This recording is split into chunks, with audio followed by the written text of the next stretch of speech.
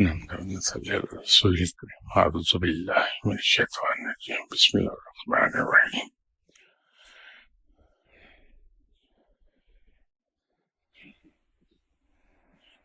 معذرت چاہتا ہوں، میں تھوڑا لیٹ ہو گیا آج.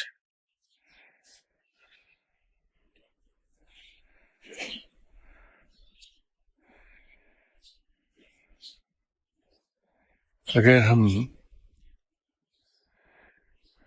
مادی دنیا کو دیکھیں،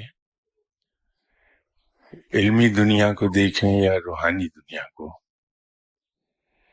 تو ایک چیز ہماری سمجھ میں آتی ہے کہ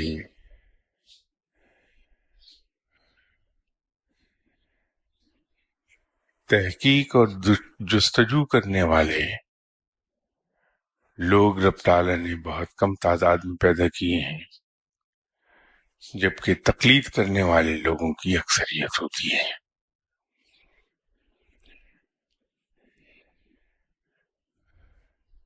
دیکھنے میں اور سننے میں تو شاید یہ آسان لگتا ہے کہ ہم ان جستجو اور تحقیق کرنے والے لوگوں کی تقلید کرتے جائیں، وہ آسان کام ہے. لیکن جتنا بظاہر وہ آسان دکھائی دیتا ہے، در حقیقت اتنا ہے نہیں. تقلید میں بھی انسان کا علم، عقل اس کی راہ کھوٹی کرتی رہتی ہے. پاؤں پھسلتے رہتے ہیں انسان کے.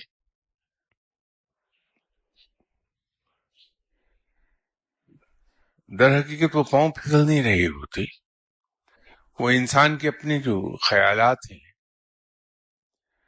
جو انسان نے اپنے ذہن میں بت گھڑ لیے ہیں، جب وہ اس کے مطابق چیزیں ثابت نہیں ہوتی تو انسان کہتا ہے کہ شاید یہ غلط ہے. غلط تقلید نہیں ہوتی، بلکہ غلط انسان کے اپنے خیالات اور اپنے مزاج اور اپنے تجربات کے پیش نظر جو اس نے بت گھڑے ہیں، وہ اسے غلط کرتے ہیں. تقلید کی بہترین اگزامپل میرے علم میں اس سے بہتر نہیں جو مولانا روم نے بتائی.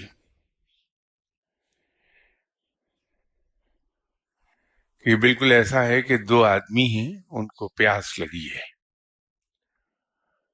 ان میں سے ایک بینا ہے، اسے دکھائی دیتا ہے، دوسرا دیکھ نہیں سکتا. اب جو دیکھ نہیں سکتا اسے اندازہ نہیں ہوتا کہ پانی کس طرف مجھے مل جائے گا، یا دور سے پانی کی جھلک اسے دکھائی نہیں دیتی، تو بیچارہ پیاس میں مارا مارا ادھر ادھر پھرتا ہے. اس کے برعکس جس کو اللہ نے بینائی عطا فرمائی ہے، وہ دور سے پانی کی جھلک دیکھ کے اس ڈائریکشن میں جاتا ہے. تو اگر وہ آدمی جو دیکھنے سے عاری ہے، وہ بینا شخص کی پیچھے چل پڑے، اس کا ہاتھ پکڑ کر چل پڑے، تو وہ اس ندی پر جا پہنچے گا جہاں پانی تازہ پانی ٹھنڈا بہ رہا ہے.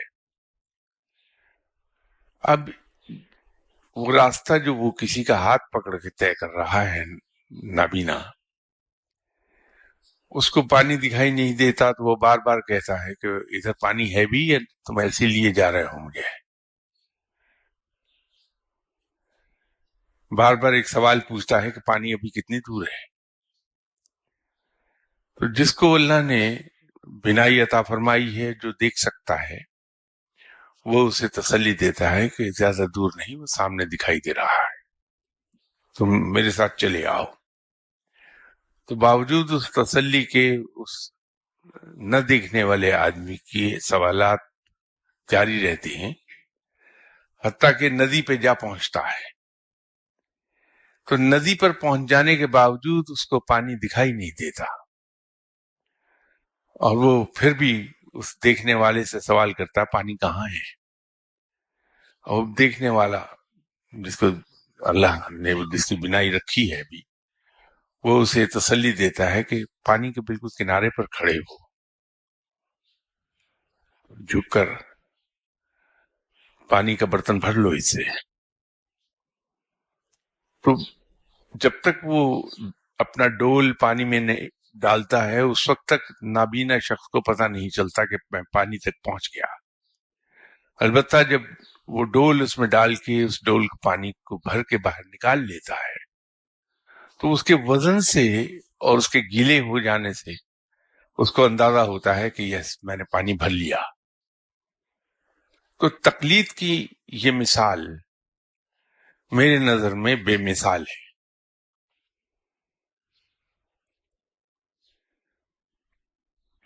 انسان تقلید کرتا ہے کیونکہ اسے دکھائی تو کچھ دے نہیں رہا،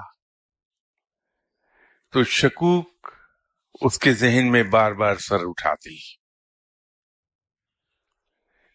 راستے میں جو مشکلات آتی ہیں اس سے وہ بددل ہوتا ہے، رنج و غم اس کو آتے ہیں وہ بددل ہوتا ہے، بھوک پیاس ستاتی ہے تو بددل ہوتا ہے، اس لیے کہ دکھائی اس غریب کو کچھ نہیں دے رہا، وہ صرف تقلید کر رہا ہے۔ تو یہ جو رنج و الم ہے، دکھ ہے، تکلیف ہے، بیماری ہے، یہ تو سب کو آتے ہیں، اور ہر اس شخص کو بہت زیادہ آتے ہیں جس کو رب تعالیٰ نواز رہا ہوتا ہے۔ تو اگر تقلید کرنے والے کی سمجھ میں یہ آ جائے کہ یہ ناکامیاں، یہ فیلیئرز، یہ دکھ، یہ غم، یہ بیماری در حقیقت یہ اس کو اس لیے آ رہی ہے کہ وہ اس کے ذریعے سے مہمیز لیتا ہے، اس کو مہمیز کرتی ہیں یہ چیزیں۔ جیسے ہم گھوڑے پر بیٹھتے ہیں تو اس کو ایڑی لگاتے ہیں، یہ محاورتاً ایڑی لگانا کہتے ہیں، تو گھوڑا دوڑنے لگتا ہے، اس کو اردو میں مہمیز کہتے ہیں۔ وہ مہمیز کا کام کر رہی ہے ہمارے لیے، لیکن ہم اپنی تکلیف میں اس کو یہ سمجھتے ہیں کہ یہ ہمارے لیے نقصان دہ ہے۔ ایک وائز تھے، وہ منبر پر بیٹھ کے عام طور پر مشرکین اور کفار کے لیے بھی اللہ کی رحمت کی دعا کرتے تھے، بخشش کی ان کی دعا کرتے تھے۔ تو کچھ عقل مند لوگوں نے ان سے کہا کہ حضور آپ یہ منبر پر بیٹھ کے ان کے لیے رحمت کی اور بخشش کی دعا کرتے ہیں تو یہ شرعاً غلط ہے، کسی مشرک یا کافر کی مغفرت کی دعا نہیں کی جا سکتی۔ تو ان وائز نے بڑا خوبصورت جواب دیا اور کہا کہ ان پر رحمت کی میں دعائیں اس لیے نہیں کرتا کہ وہ کافر ہیں یا مشرک ہیں، بلکہ میں جذبہ احسان مندی کے تحت ان کے لیے دعا کرتا ہوں، اس لیے کہ وہ راہ سے بھٹکے ہوئے تھے، میں بھی راہ سے بھٹکا ہوا تھا۔ تو جب میں دنیاوی دوڑ میں، مسابقت میں ان کے ساتھ شریک ہوتا تھا تو وہ مجھے اپنا کمپیٹیٹر سمجھ کر وہ اپنی ایلبو کا استعمال کرتے تھے مجھ پر، تو مجھے تکلیف ہوتی تھی، میں ناکامی ہوتی تھی، تو اس ناکامی اور تکلیف سے میں جب بہت بددل ہوتا تھا تو میں رب کی طرف رجوع کرتا تھا۔ تو جب یہ واقعہ بار بار پیش آتا رہا میری زندگی میں کہ ان کے ہاتھوں میں ذکر اٹھاتا رہا، اور بار بار میں اس ذکر اٹھانے کے نتیجے میں جو میرے اندر غم اور دکھ پیدا ہوتا تھا اس کی وجہ سے میں اپنے رب کی طرف متوجہ ہوتا تھا بار بار، تو بار بار رب کی طرف متوجہ ہونے کے نتیجے میں مجھے راہ حق مل گئی، تو یہ جو میں ان کے لیے دعا کرتا ہوں یہ ازراہ احسان مندی ہے کہ نہ وہ مجھے اتنا دکھ دیتے، نہ وہ مجھے اتنی تکلیف دیتے، نہ میں رب کی طرف رجوع کرتا اور نہ میں اس مقام تک آتا. تو جذبہ احسان مندی کے تحت ان کی دعا کرتا ہوں. اب یہ جو دکھ اور رنج ہیں، ناکامیاں ہیں، تکلیفیں ہیں، لوگوں کے ہاتھوں مار پڑتی ہے انسان کو، دنیا کا جبر، یہ در حقیقت انسان کو راہ حق کی طرف لے کے جاتے ہیں. جب انسان اتنا دکھی ہو جائے کہ اس کو برداشت کرنے کا چارہ نہ رہے اس کے اندر، تو پھر اس کو ایک ہی در دکھائی دیتا ہے، وہ ہے رب کا در. تو وہ پھر رب کی دہلیز پر سجدے کرتا ہے اور اس کے نتیجے میں اس کو سیدھی راہ اللہ عطا کر دیتا ہے. ہم لوگ بیماری سے گھبراتے ہیں، بیمار ہو گئے تو بولائے بولائے پھرتے ہیں. جناب حضرت ابوبکر صدیق رضی اللہ تعالی عنہ ایک بار بیمار ہو گئے، آرام نہیں آ رہا تھا، تو آپ نے جناب نبی اکرم صلی اللہ علیہ وسلم ان کی خدمت میں عرض کیا کہ حضور دعا ہی کر دیں کہ میری اس بیماری سے جان چھوٹ جائے، اس بیماری نے بہت تنگ کیا. تو آپ صلی اللہ علیہ وسلم نے فرمایا کہ ابوبکر کیا تم نہیں چاہتے کہ تمہارے گناہ اسی دنیا میں دھل جائیں سب؟ یہ بیماری تو تمہارے گناہوں کو دھو رہی ہے. تو ہم گھبراتے ہیں دکھ سے، رنج سے، الم سے، ناکامیوں سے، غربت سے، افلاس سے. اگر ہم یہ ذرا سا نظر دوڑا لیں کہ یہ وہ چیزیں ہیں جو رب تعالیٰ دنیا کا جبر، دنیا دکھ دیتی ہے، یہ رب تعالیٰ نے سب سے زیادہ پیغمبروں کو عطا فرمائے ہیں. ہر پیغمبر ساری عمر انہیں ہی جھیلتا رہا ہے.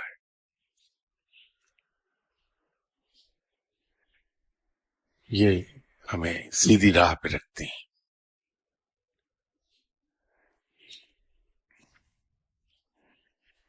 کسی صاحب نے خط لکھا ہے اور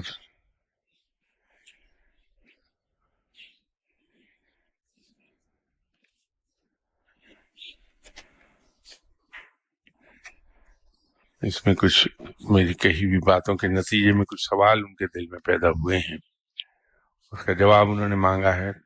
لکھنا تو میرے لیے ممکن نہیں ہے، تو میں یہ جواب دے دیتا ہوں. اس کے علیحدہ سے کیسٹ تیار کر کے ان کی اس ایڈریس پر جو ان کے لفافے پر لکھا تھا اس پر بھیج دیجیے. انہوں نے صاحب ہیں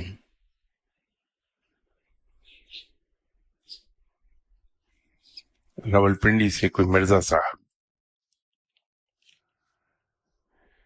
کہ تصوف کی شرعی حیثیت کیا ہے اور پہلا صوفی کون تھا؟ بابا فرید پر لکھی گئی کتاب صاحب کمال کی مصنف دیوان عظمت چشتی فریدی صاحب نے اپنی اس کتاب میں لکھا ہے کہ سب سے پہلے صوفی نصرت حاکم صاحب تھے، جن کا انتقال 777 عیسوی میں ہو گیا. کیا ایسا ہی ہے؟ اگر ایسا ہی ہے تو ان سے پہلے کوئی صوفی نہیں تھا تو یہ تو پھر بہت بعد کی بات ہوئی.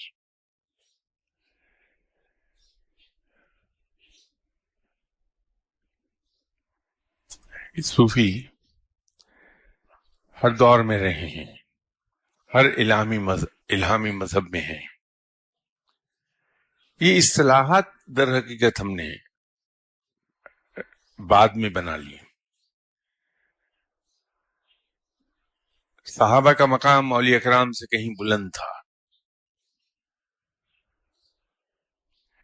جب ہم تصوف میں درجات کی بات کرتے ہیں تو صحابی ولی اللہ سے بہت اوپر آتا ہے.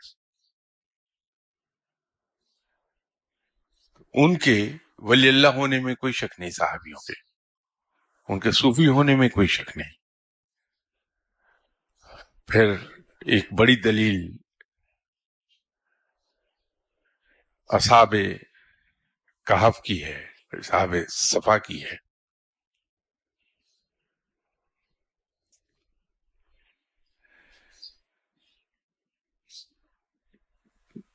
ہم جہاں غلطی کھاتے ہیں، ہم تصوف کو کوئی ایک فقہ، علیحدہ سے کوئی فقہ سمجھتے ہیں، ہم شریعت سے ہٹ کر کوئی اور راہ اس کو سمجھتے ہیں۔ ایسا ہے نہیں، شریعت پر چلنا بہت دشوار ہے کہ کوئی آدمی پوری طرح شریعت پر عمل کر لے۔ تو میں نے پہلے بھی کسی گفتگو میں یہ عرض کیا تھا کہ اگر انسان کی تربیت ان لائنز پر ہو جائے، کیونکہ شریعت پر عمل انسان سے مسلسل قربانی کا تقاضا کرتی ہے، تو وہ بغیر تربیت کے انسان اتنی بڑی اور مسلسل قربانی کر نہیں سکتا۔ جس طرح ایک فوجی کی پہلے تربیت کی جاتی ہے، پھر اس کو میدان جنگ کی سختیوں اور صعوبتوں کو برداشت کرنے کے لیے آگے بھیجا جاتا ہے، اس کے بغیر وہ بغیر ٹریننگ کے برداشت کر نہیں پائے گا۔ تو مجھ جیسے کمزور لوگ جو شریعت کی پابندی اس انداز میں نہیں کر سکتے کہ ہمت ہار جاتے ہیں، دنیاوی اغراض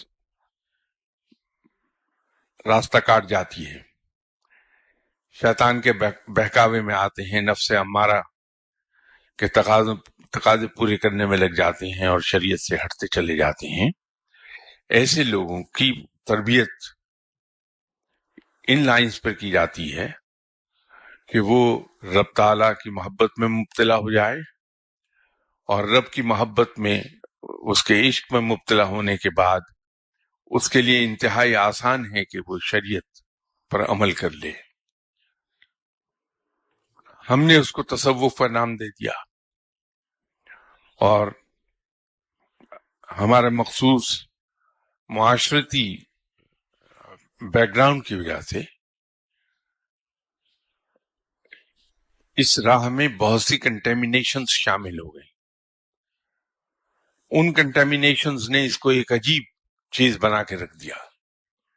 تو اب ہم اس سے دھوکہ کھاتے ہیں کہ یہ تصوف کیا کوئی ایک علیحدہ راہ ہے؟ بالکل نہیں ہے، یہ صرف اور صرف شریعت پر پوری طرح عمل پیرا ہونے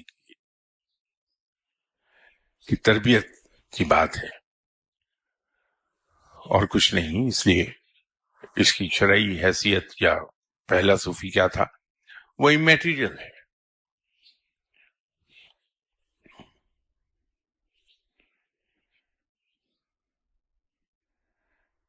دوسرا سوال ہے کہ کیا جو شخص پابند صوم و صلات نہ ہو اور باشرہ بھی نہ ہو، صوفی ہو سکتا ہے؟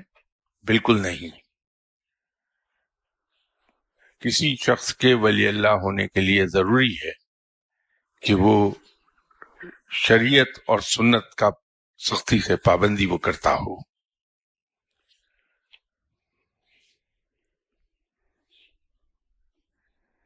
کیا تیسرا سوال انہوں نے کیا ہے کہ کیا کسی ولی اللہ کی روح ان کے وفات پا جانے کے بعد کسی دوسرے شخص میں حلول کر جاتی ہے؟ روحوں کے بارے میں تو پڑھا ہے کہ انسانی جسم سے نکلنے کے بعد انہیں عالم برزخ میں رکھا جاتا ہے، اور قیامت کے دن انہیں جسموں میں لوٹایا جائے گا، اور اسی سے متعلق دو واقعات انہوں نے بتائے ہیں۔ صاحب، یہ کہ کسی ولی اللہ کی روح کسی اور آدمی میں حلول کر جائے، یہ اسلامی عقائد کے خلاف ہے۔ اسلام میں ری انکارنیشن، اس کو ہندو میں مسئلہ آواگون کہتے ہیں غالباً، اگر میں غلطی نہیں کر رہا. ری انکارنیشن کا کوئی تصور نہیں ہے اسلام میں. جو انسان دنیا سے چلا گیا اس کی روح عالم برزخ میں چلی گئی، وہاں دو درجات ہیں، وہ اپنے اعمال کے مطابق اس ریسپیکٹو درجے میں بھیج دی جاتی ہے. ان روحوں کا تعلق اپنی جائے دفن سے قائم رہتا ہے اللہ کے حکم اور اجازت سے. وہ جہاں رہتی رہی ہیں اس کے ساتھ تعلق قائم رکھتے ہیں، لیکن وہ ہمیشہ نہیں ہوتا. یہ رب تعالیٰ کے حکم اور اس کی مرضی پر منحصر ہے کہ کس روح کو کس حد تک وہ رابطہ قائم رکھنے کی اجازت ہے.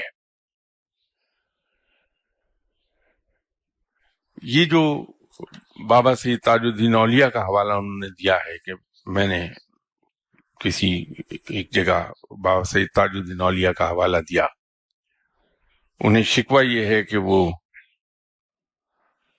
6 ماہ تک بابا جی کا نام لے کر دعا مانگتے رہے، لیکن کوئی دعا قبول نہیں ہوئی.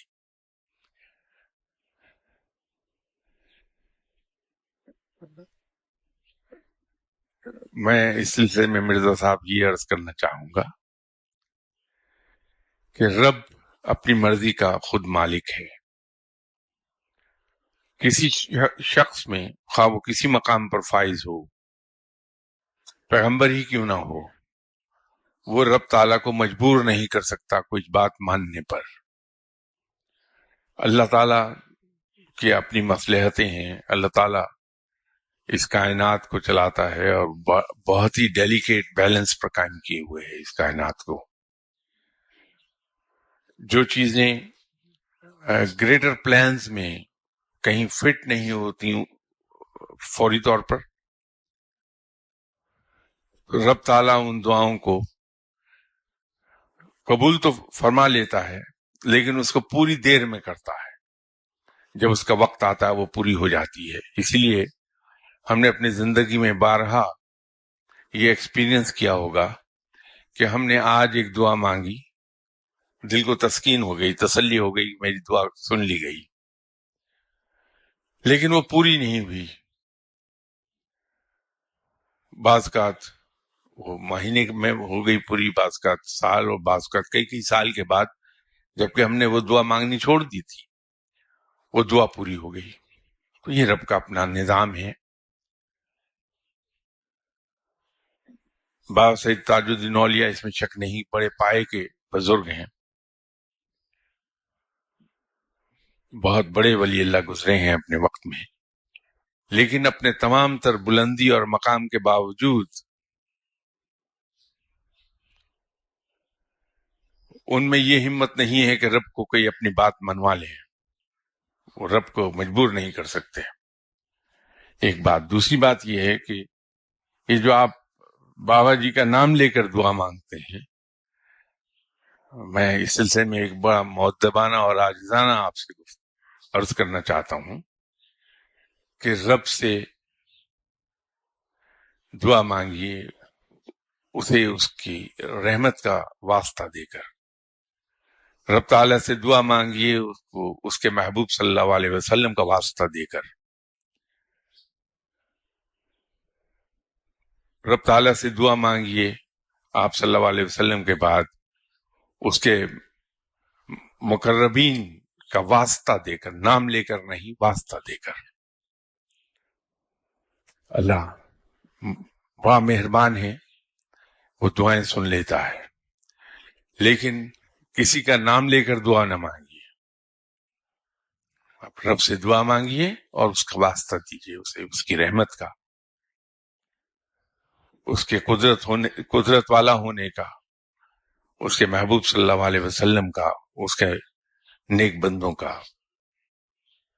اس سے عرض کیجیے کہ آپ کی دعا قبول فرما لے. دعاؤں کے بارے میں بڑی سمپل بات ہے. خود رب تعالیٰ نے 2 باتیں قرآن پاک میں کہیں کہ ایک تو رب تعالیٰ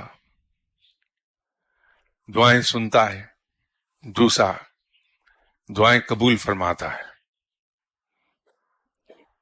تو پوری وہ اس وقت کرے گا جب وہ اس کی پلانز میں فٹ ہو رہی ہوگی. پوری ہونے کا معاملہ اس کے اپنے ڈیزائنز کا ہے.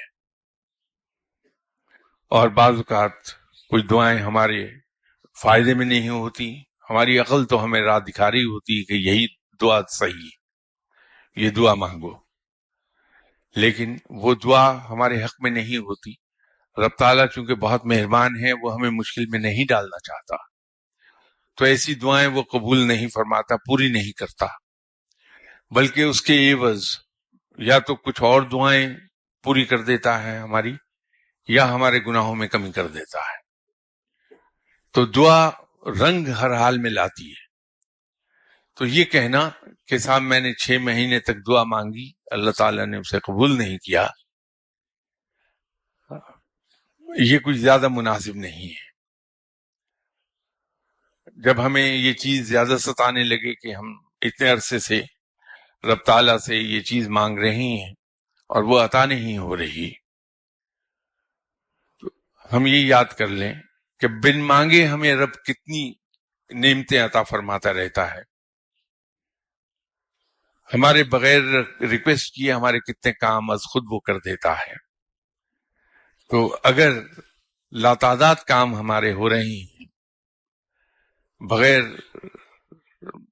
مانگے، بغیر ریکویسٹ کیے، تو ایک اگر کام ہمارا نہیں ہو رہا تو یقیناً اس میں مصلحت ہے، ورنہ رب تعالیٰ جو اتنے کام کر دیتا ہے وہ ایک کیوں نہیں کرے گا.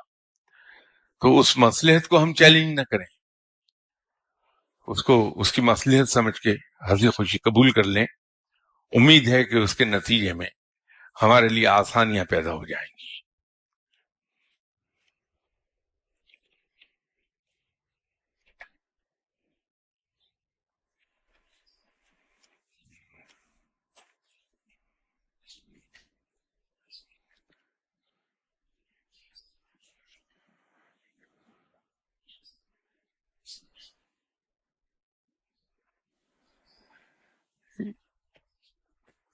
میرا خیال ہے اجلت میں مرزا صاحب آپ نے ایک خط لکھا ہے. آپ کی تحریر کچھ جگہوں پر مجھ سے پڑھی نہیں جا رہی. یہ جو آپ نے ذکر کیا کہ 4 باتیں پوچھنا تھیں، وہ تحریر آپ کی پوری طرح واضح نہیں ہے. اور یہ سوال آپ کا جو پڑھا جا رہا ہے اس میں ایک چیز ریپیٹ ہوئی ہے جس کا جواب میں نے ابھی دیا. کیا روحیں پھرتی رہتی ہیں اور کسی اور کے اندر حلول کر جاتی ہیں اور پھر خود ہی نکل جاتی ہیں؟ تو میں نے آپ سے عرض کیا کہ ایسا ممکن نہیں ہے.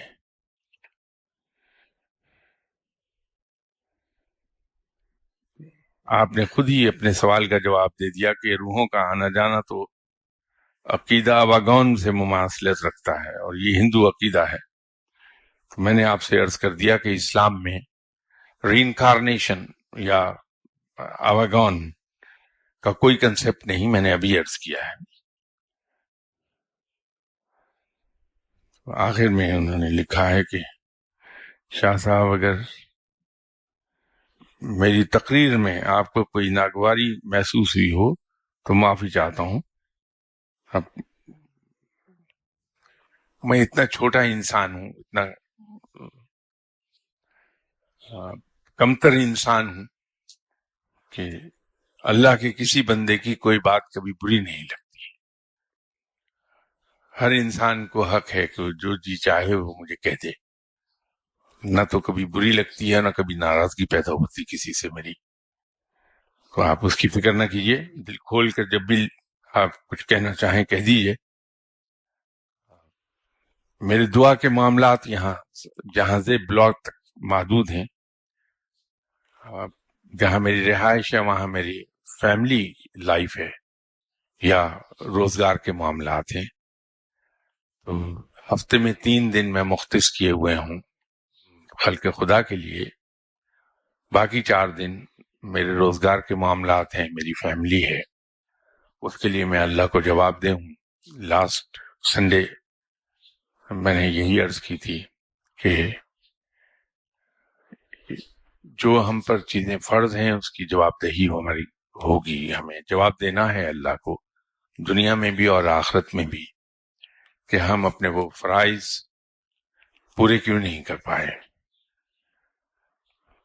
میں دعا کے معاملات کو اپنی رہائش پر نہیں ہینڈل کرتا، جو 3 دن مخصوص کیے ہیں خلق خدا کے لیے انہی میں کرتا ہوں۔ تو براہ کرم اگر آپ خط تحریر فرمائیں تو دعا ہی کے ایڈریس پہ تحریر کر دیجئے، میں انشاءاللہ اس کو جواب دے دوں گا۔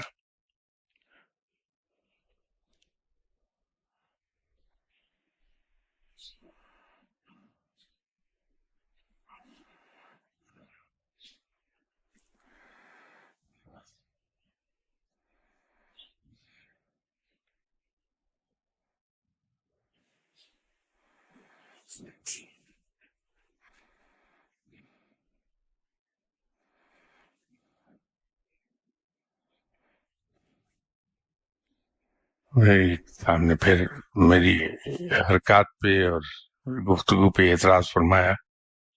حضور بات یہ ہے کہ میں ہمیشہ یہ عرض کر دیتا ہوں کہ میں ان پڑھ آدمی ہوں، علم اور تعلیم سے بالکل بے بہرا، تو کوتاہی ہوتی رہتی ہے جس پر صاحب علم لوگ میری گرفت کرتے ہیں اور مجھے چٹھی لکھ دیتے ہیں۔ انہوں نے بھی آپ کو یہ زحمت ہوئی کہ آپ کو میری گرفت کرنا پڑی، تو میں اس کے لیے معذرت چاہتا ہوں آپ سے، اور چونکہ آپ نے گرفت کی ہے میری تو میں پڑھ دیتا ہوں آپ کا یہ لیٹر کا حصہ، ورنہ میں کبھی نہ پڑھتا اسے۔ تو آپ نے لکھا ہے کہ ایک دن آپ کا لیکچر سنا کہ حمزات کے بارے میں تھا، پھر کیا تھا آپ کے تمام لیکچر 105 تک سنے، جس کی وجہ سے زندگی بدل گئی، اور جب آپ کی خدمت میں علم حاصل کرنے کے لیے حاضر ہوا تو جواب ملا کہ میں تو پہلے ہی سے رجسٹر ہوں، لہذا مجھے وہاں جانا چاہیے، جبکہ آپ نے خود ہی کسی لیکچر میں فرمایا تھا کہ اگر مرشد صاحب اجازت دے دیں تو مرید دوسری جگہ سے بھی فیض حاصل کر سکتا ہے۔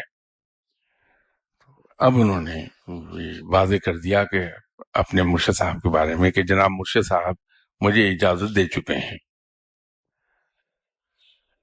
دیکھیے بات یہ ہے کہ جو کچھ کسی بھی شخص کو معلوم ہے، جتنا بھی علم کسی شخص کے پاس ہے، اس پر فرض ہے کہ وہ علم اللہ کے دوسرے بندوں تک پہنچا دے کھلے دل سے، اس میں کنجوسی نہ کرے۔ آپ یقیناً میرے پاس تشریف لائے ہوں گے، مجھے یاد نہیں ہے، مجھے کشف میں دعا میں دکھائی دے گیا ہوگا کہ آپ پہلے سے بیعت ہیں، تو میں نے آپ سے یہ عرض کر دی ہوگی کہ حضور آپ تو پہلے ہی سے کہیں بیعت ہیں، اور روحانیت کا ایک اصول میں نے آپ کی خدمت میں پیش کیا ہوگا کہ روحانیت میں ایک قانون یہ ہے کہ انسان جہاں بیعت کر لے پھر اس کو وہیں تک ہی رہنا چاہیے، دوسروں سے ملے، ان کی خدمت میں حاضر ہو، سلام عرض کر دے، ان کی خدمت کر دے، جو بھی ہمت ہے، جو سکت ہے، لیکن کسی اپنے مرشد کے علاوہ کسی دوسرے کو دعا کے لیے نہ کہے، مدد کے لیے نہ کہے، یہ اصول ہے۔ تو مجھ پر لازم ہے کہ اگر میرے علم میں آ جائے کہ میرے پاس تشریف لانے والے صاحب پہلے سے کہیں بیعت ہیں، تو میری انٹلیکچوئل آنیسٹی کا تقاضا یہ ہے کہ میں امیڈیٹلی ان صاحب سے یہ عرض کر دوں کہ حضور میں تو ہر خدمت کے لیے حاضر ہوں، لیکن آپ کا نقصان ہو جائے گا کہ آپ روحانیت کے ایک اسٹیبلشڈ اصول اور قانون کی خلاف ورزی کریں گے کہ اپنے مرشد صاحب کے علاوہ کسی سے مدد کے لیے کہہ رہے ہیں۔ وہ مجھ پر فرض ہے کہ میں آپ کو بچا لوں اس کوتاہی سے، میں نے یقیناً آپ کو منع کیا ہوگا، لیکن وہ انکار علم دینے سے نہیں تھا، آپ کو بچانے کے لیے تھا کہ آپ اپنے مرشد صاحب کے پاس تشریف لے جائیے۔ اب آپ نے اس خط کے ذریعے لکھ دیا کہ آپ کے مرشد صاحب نے اجازت دے دی ہے، بسم اللہ، سر آنکھوں پہ آپ ضرور تشریف لائیے۔ جو کچھ میں آپ کی خدمت کر سکا ضرور کر دوں گا، لیکن براہ کرم مجھ تک آنے سے پہلے ذہن میں ایک بات کلیئر کر لیجئے کہ میں امی مطلق ہوں، میں کوئی چیز نہیں جانتا، نہ میں کوئی روحانیت سے واقف ہوں، میں تو نیکی تک سے واقف نہیں ہوں کہ نیکی کہتے کس کو ہیں۔ تو آپ اگر اس تصور کے ساتھ آئیں گے کہ میں ایک بڑے کمتر آدمی کے پاس جا رہا ہوں، ایسا آدمی جو قطعی طور پر ان پڑھ ہے، تو پھر آپ کو دکھ نہیں ہوگا، مجھ سے کوئی تکلیف نہیں پہنچے گی۔ لیکن اگر آپ مجھے کوئی پڑھا لکھا انسان صاحب علم سمجھ کر آ گئے غلطی سے، تو سوائے مایوسی کے آپ کو کچھ نہیں ملے گا، اس لیے کہ میرا ان چیزوں سے واسطہ ہی کوئی نہیں۔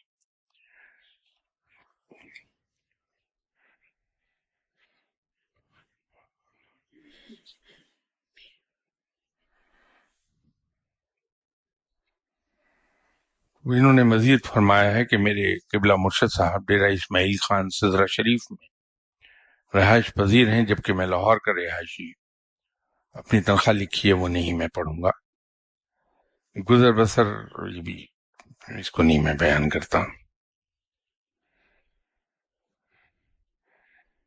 انہوں نے ہر مہینے یہاں تشریف لانے سے معذوری کا اظہار کیا ہے۔ حضور آپ میرے مہمان ہوں گے، خواہ مہینے میں ایک بار آئیں یا 1000 بار، آپ بطور مہمان یہاں تشریف لائیں گے اور آمد و رفت کا بوجھ آپ پر نہیں پڑے گا۔ آپ بے دھڑک تشریف لائیے، آپ کو سوچنے کی ضرورت نہیں ہوگی، صرف آپ اتنا اشارہ کر دیجئے کہ آپ ڈیرہ اسماعیل خان سے تشریف لائے ہیں، آپ کی آمد و رفت آپ پر بوجھ نہیں ہوگی انشاءاللہ تعالی۔ آگے انہوں نے خیر تعریف لکھ دی، وہ تو پڑھنے کی بات ہی نہیں ہے۔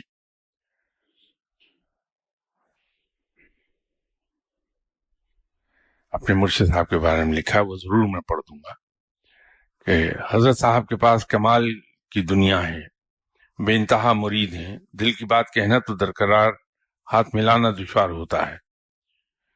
تو باقی میرے بارے میں لکھا، اس کو چھوڑ دیجئے۔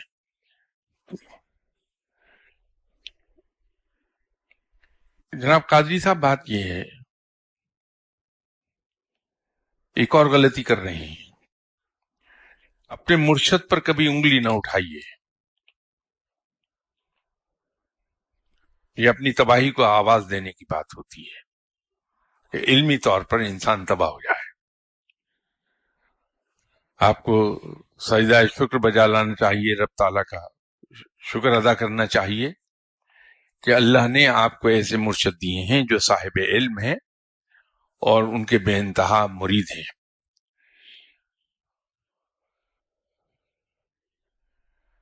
وہ انسان ہیں، یقیناً ان کے لیے ممکن نہیں ہوگا کہ مریدوں کے ازدحام میں ہر شخص سے وہ ہاتھ ملا لیں اور ہر شخص سے تفصیل سے بات کر لیں۔ ایک چیز یاد رکھیے گا کہ مرشد صاحب کتنے ہی صاحب کمال ولی ہوں، ہیں انسان، ان کے دن بھی 24 گھنٹے کا ہے، وہ اس 24 گھنٹے کو 48 گھنٹے تک پھیلا نہیں سکتے۔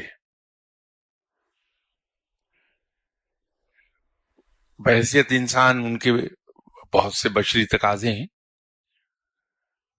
ان کی فیملی ہوگی جسے ٹائم دینا ہے، اور جیسے میں نے عرض کیا کہ اس کے لیے آپ کے مرشد صاحب بھی جواب دیں ہیں رب کو کہ انہوں نے بیوی کے حقوق ادا کیے یا نہیں کیے، بیوی کو وقت دیا یا نہیں دیا، ان کی اولاد ہوگی، اولاد کی تربیت کرنا، اس کو وقت دینا، اپنی اولاد کی ویلفیئر کے لیے کام کرنا، یہ ہر ایک پر فرض ہے، اور اس کے لیے وہ آنسریبل ہے اللہ تعالیٰ۔ روزگار کا سلسلہ، وہ آپ نے لکھا کہ بڑے صاحب کمال ہیں، تو صاحب کمال لوگ ہاتھ پھیلاتے نہیں کسی کے سامنے، ان کا ہاتھ ایسے نہیں جاتا.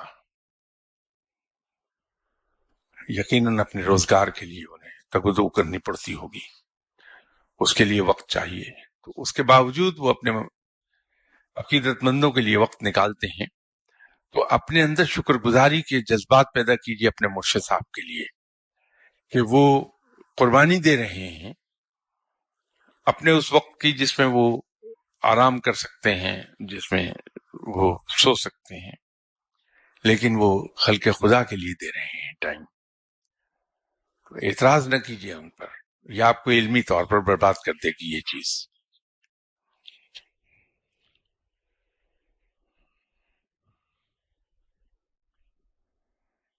یہ کسی صاحب نے مجھ تک لکھ کر سلام پہنچائے ہیں، وعلیکم السلام، اور جواباً ان حضرات کو میرا سلام پہنچا دیجئے جنہوں نے آپ کے ذریعے سلام بھیجا.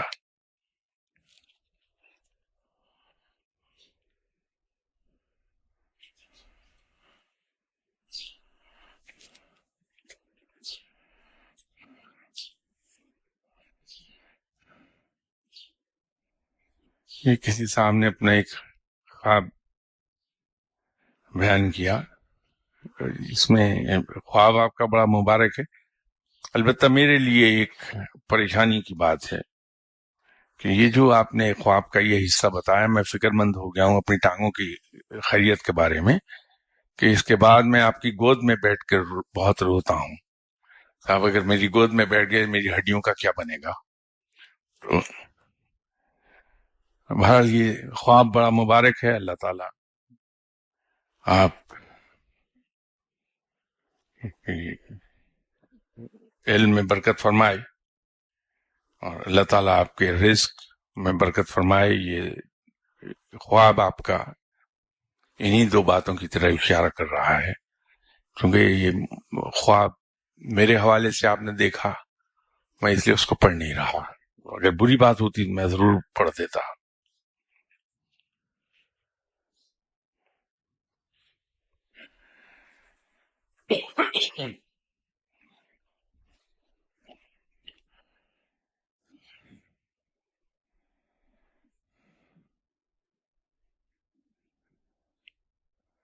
کسی صاحب نے اور سوال بھیجا ہے کہ کسی بزرگ کو اپنے دل و دماغ سے یک طرفہ طور پر اپنا مرشد مان لینے سے کیا مرید اور مرشد کا تعلق قائم ہو جاتا ہے؟ یقیناً ہو جائے گا، اور علم کا فلو بھی شروع ہو جاتا ہے. اگر جس شخص کو آپ مرشد مان رہے ہیں اپنے دل میں وہ واقعی صاحب علم ہے تو پھر علم کا فلو بھی شروع ہو جائے گا.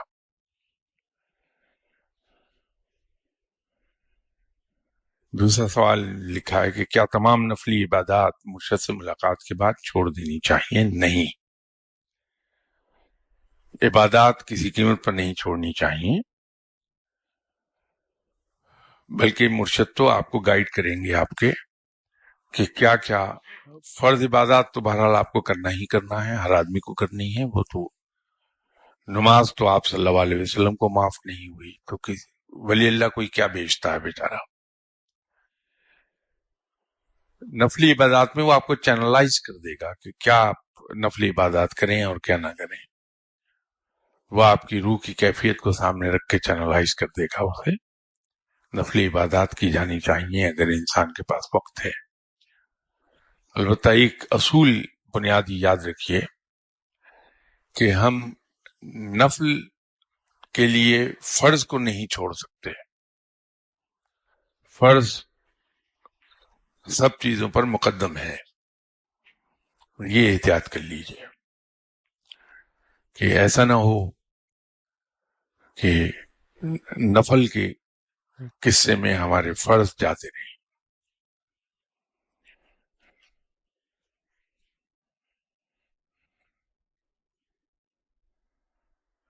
دل میں کسی کام کرنے کا خیال آئے تو کیا مرشد کی طرف سے حکم ہوتا ہے؟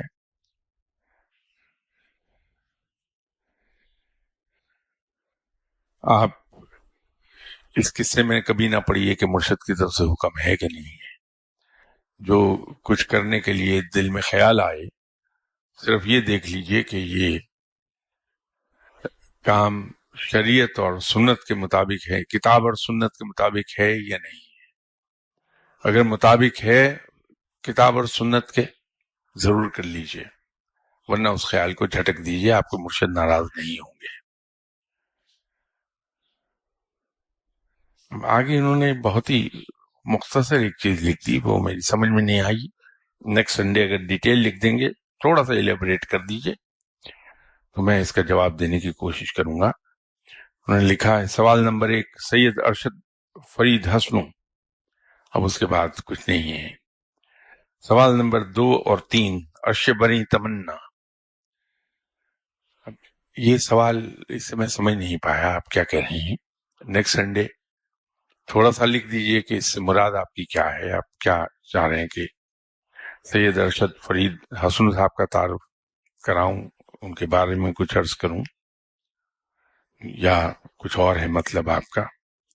تو انشاءاللہ نیکسٹ سنڈے لکھ دیجئے گا، میں نیکسٹ سنڈے کر دوں گا انشاءاللہ۔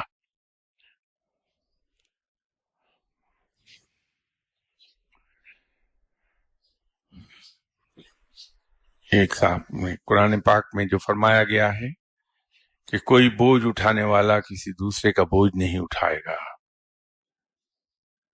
بہت سادہ اور سیدھی بات رب تعالیٰ نے یہ فرمائی ہے۔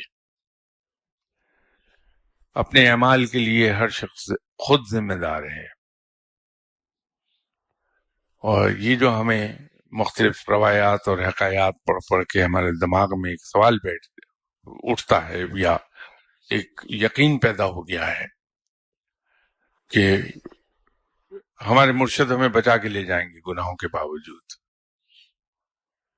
یہ وہی چیز ہے۔ ہر شخص کو خود جواب دینا ہے اپنے اعمال کا، اس کی سزا و جزا صرف اسی انسان کے لیے ہے جس کا اعمال نامہ ہے، وہ کوئی دوسرا اسے شیئر نہیں کر سکے گا۔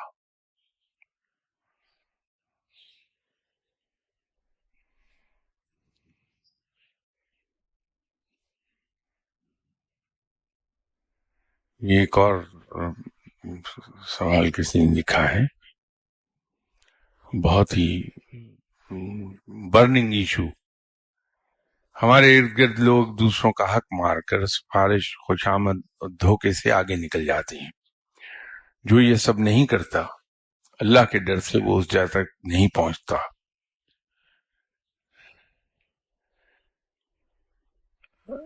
ہم کوئی رائے قائم کرنے سے پہلے اگر معاملات کو گہرائی سے دیکھ لیں تو چیزیں بڑی واضح ہو جاتی ہیں خود ہم پر۔ یہ بالکل صحیح آپ نے کہا کہ دنیاوی طور پر ایسا شخص وقتی طور پر تو آگے بڑھتا ہوا دکھائی دیتا ہے ہمیں، لیکن اگر اس کا انجام دیکھیں آپ، وہ ہمیشہ غلط ہوتا ہے۔ دوسری بات یہ ہے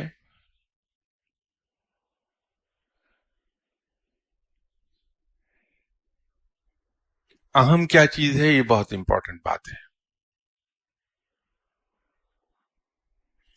ایک زمانے میں جب میں پرنس آغا خان کے ادارے میں کام کر رہا تھا تو وہاں جو میرے سینئرز تھے، ان سے جب کبھی بات ہوتی تھی تو وہ ایک چیز پر زور دیا کرتے تھے کہ ادارے کی گڈ ول نہیں کبھی ڈیمیج ہونی چاہیے۔ اگر مالی لاس ہوتا ہے وہ کر دیجئے، لیکن گڈ ول بچا لیجئے آپ۔ وہ جوانی کا ابتدائی حصہ تھا، کچھ باتیں سمجھ میں آتی تھیں، کچھ نہیں آتی تھیں، وہ آج بھی نہیں سمجھ آتی۔ تو کبھی میں یہ نہیں سمجھا کہ مالی لاس ہو جانے دیں، کوئی بات نہیں ہے، ادارے کی گڈ ول نہیں خراب ہونی چاہیے، امیج نہیں خراب ہونا چاہیے۔ تو بعد میں وقت نے یہ بات واضح کر دی کہ وہ شخص جو دیوالیہ ہو گئے، لیکن ان کی گڈ ول قائم تھی، وہ دوبارہ کھڑے ہو گئے اپنی اس ساکھ کی بنیاد پر، وہ دوبارہ سے کھڑے ہو گئے. اللہ تعالیٰ نے انہوں نے پھر عروج دے دیا. کیونکہ ان لوگوں کو میں نے دیکھا کہ اگر انہوں نے کسی سے وعدہ کر لیا ہے، اور میرے سامنے بہت سے واقعات ہوئے ہی ہیں، یہ وعدہ کر لیا کہ آپ آگے 10 تاریخ کو پیمنٹ اپنی لے جائیں، وہ ان سے بندوبست نہیں ہوا، تو انہوں نے اپنی کار، اپنا مکان بڑی خوش دلی سے کم قیمت پر بیچ کے وہ اماؤنٹ اس کو وعدے پر دے دی. لیکن پھر ہم نے ان کو دیکھا اٹھتے ہوئے زمین سے، بڑے اطمینان سے کھڑے ہو گئے. اس گڈ ول کو ہم آسان لفظوں میں عزت کہہ سکتے ہیں. تو کبھی اپنے چاروں طرف غور کیجئے کہ وہ لوگ جن کے پاس ٹنز آف منی ہے، دولت کے انبار لگے ہیں، خود انہیں یاد نہیں کہ کہاں کہاں کتنی دولت ہماری پڑی ہے، لیکن اس دولت کے باوجود ان کے پاس عزت نہیں ہے.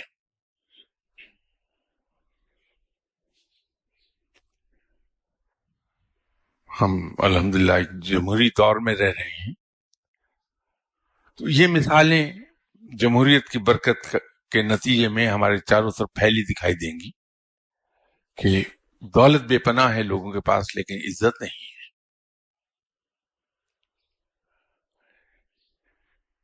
اب یہ امپورٹنٹ ہے کہ انسان کو عزت زیادہ اچھی لگتی ہے یا دولت کے انبار. کسی زمانے میں ایک صاحب سے میں نے کہا کہ صاحب آپ کے پاس اللہ نے اتنی دولت آپ کو عطا کر دی ہے کہ خود آپ کو یاد نہیں کہ دنیا پوری میں کہاں کہاں پھیلی ہے دولت، اور کتنی کتنی ہے دولت. آپ مجھے یہ فرمائیے کہ ایک وقت میں آپ صرف ایک ہی سوٹ پہن سکتے ہیں، اور اس کی قیمت کی بھی ایک آخری حد ہے، اس سے زیادہ قیمتی ہو ہی نہیں سکتا وہ. تو ایک متوسط درجے کا انسان جو ہے، متوسط طبقے سے تعلق رکھنے والا، وہ بھی وہی سوٹ پہن لیتا ہے جو سوٹ آپ نے پہنا ہے. میں ایسے 20 لوگوں کو جانتا ہوں جو یہی برانڈ پہنتے ہیں. جو شو آپ نے پہنا ہوا ہے، میں بہت لوگوں کو، میرے دوستوں میں بہت ایسے لوگ ہیں جو 8,000 8,500 پاؤنڈ، جو پاکستانی حساب سے 13 لاکھ روپیہ بن گیا، یہ جوتے پہنتے ہیں. میرے دوست بہت ہیں ارد گرد میرے. تو ایک وقت میں ایک ہی جوتا پہن سکتے ہیں آپ، ایک وقت میں ایک ہی گھڑی آپ پہنیں گے، ایک ہی شرٹ پہن سکتے ہیں، اور ایک وقت میں کھانا اتنا ہی کھا سکتے ہیں جتنا آپ کے پیٹ میں سما جائے.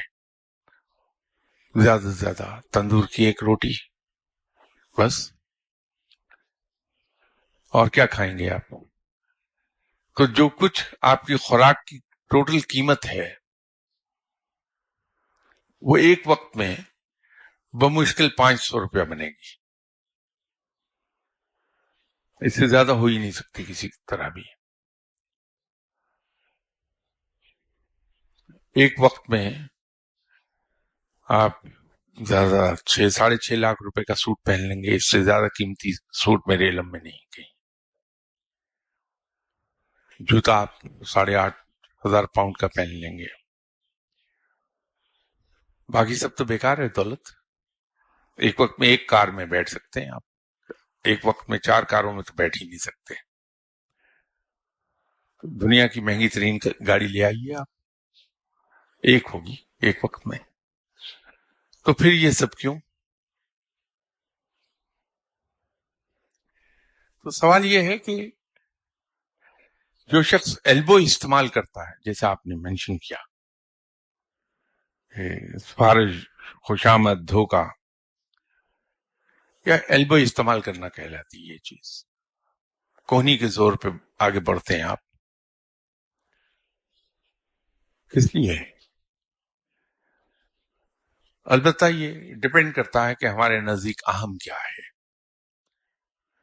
عزت یا دولت. تو اگر کہیں اللہ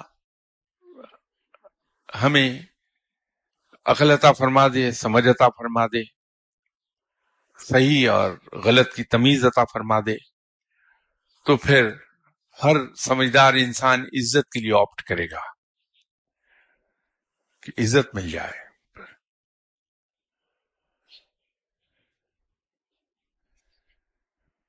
تو دولت خود بخود چلی آتی ہے،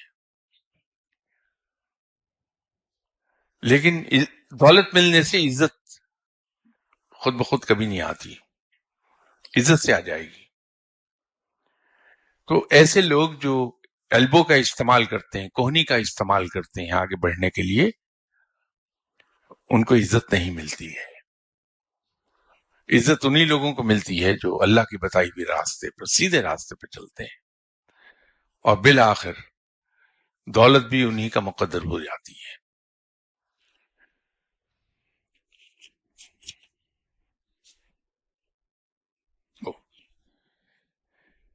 انشاءاللہ تعالی بشرط زندگی اگلی ملاقات آپ سے اتوار کو ہوگی. اس وقت تک کے لیے خدا حافظ.